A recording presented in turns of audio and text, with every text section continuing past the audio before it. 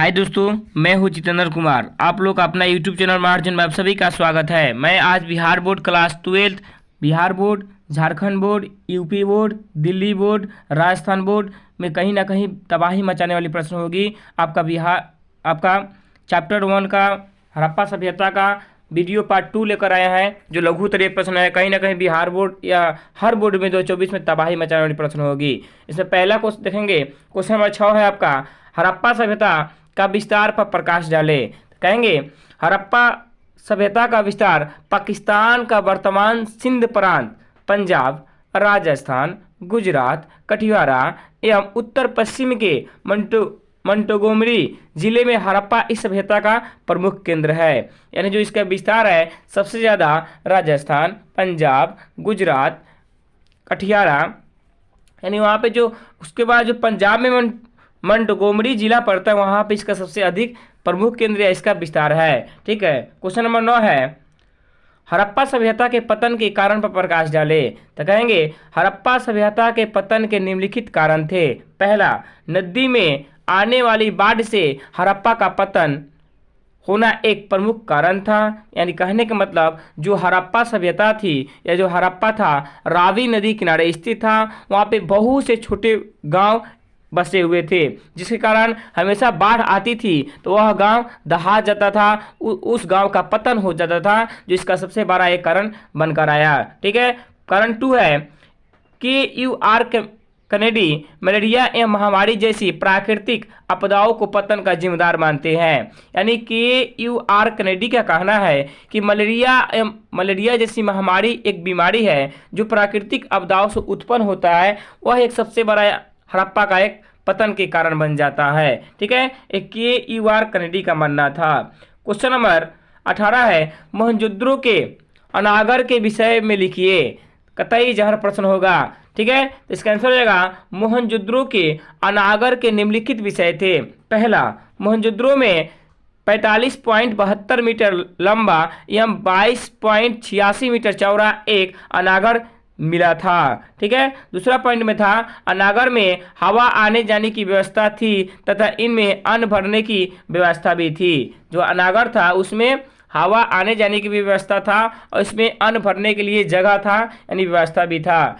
3 में था कि हड़प्पा के दुर्ग में 12 धन्य कोठार ईंटे के चौतरे पर है। यानी जो हड़प्पा के दुर्ग है लगभग 12 धन्य कोठार ईंटे के बनाए गए चौतरे पर है। ठीक है, याद रखेंगे।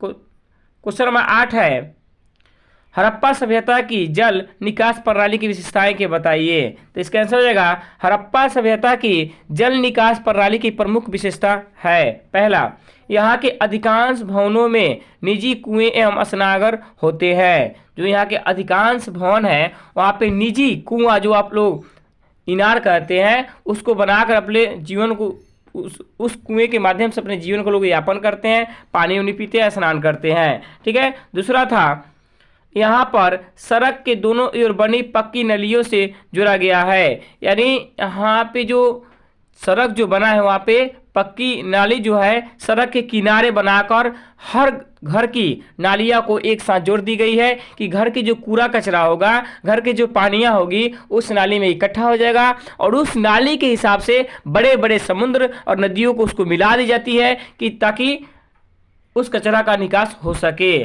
ठीक है। तीसरा में था, यहाँ पर नलियों की सफाई एवं कूड़ा करकट को निकालने के लिए बीच बीच में नरम मोखे मैन होल भी बनाए गए हैं। यानी वहाँ पे जो नालियाँ बनाई गई थी, तो देखे होंगे जब नाली बनाई जाती है तो बीच में कहीं किसी स्थान पे उसको छोड़ दी जाती है थोड़ा खोल कर, कि आसानी से उसमें कूड़ा कचरा हम लोग निकाल कर फेंक सके। ठीक है। बीच में होल छोड़ दी जाती है। यानी आप एक देखे होंगे कि ये प्लेट की तरह ढका जाता है, तो उस प्लेट को उठा के जितने भी कचरे हैं पूरा निकाल कर कचरा बाहर फेंक देंगे और जो फिर से प्लेट को ढक देंगे, तो ये कहते हो जाएगी। ठीक है। इसलिए वहाँ पे एक होल बनाई जाती है ताकि आसानी से उसमें कचरा निकाली जा सके।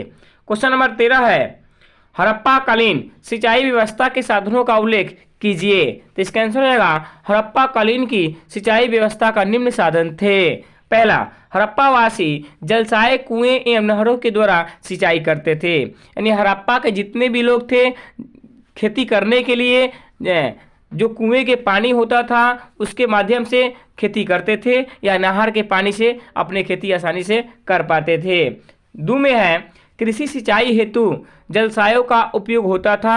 यह प्रमाण धौलवीरा के गुजरात में मिला है। यानी कृषि खेती करने के लिए नहरों की पानी से वहाँ के लोग खेती करते थे या कुएं के पानी से। यह प्रमाण जो धौलवीरा गुजरात में है वहाँ से इस प्रमाण को बताई जाती है। यह प्रमाण वहीं पे मिला है। ठीक है। क्वेश्चन नंबर 14 है हड़प्पा सभ्यता के 4 प्रमुख केंद्रों का नाम बताइए। कतई जहर प्रश्न होगा हर बोर्ड की दृष्टि से।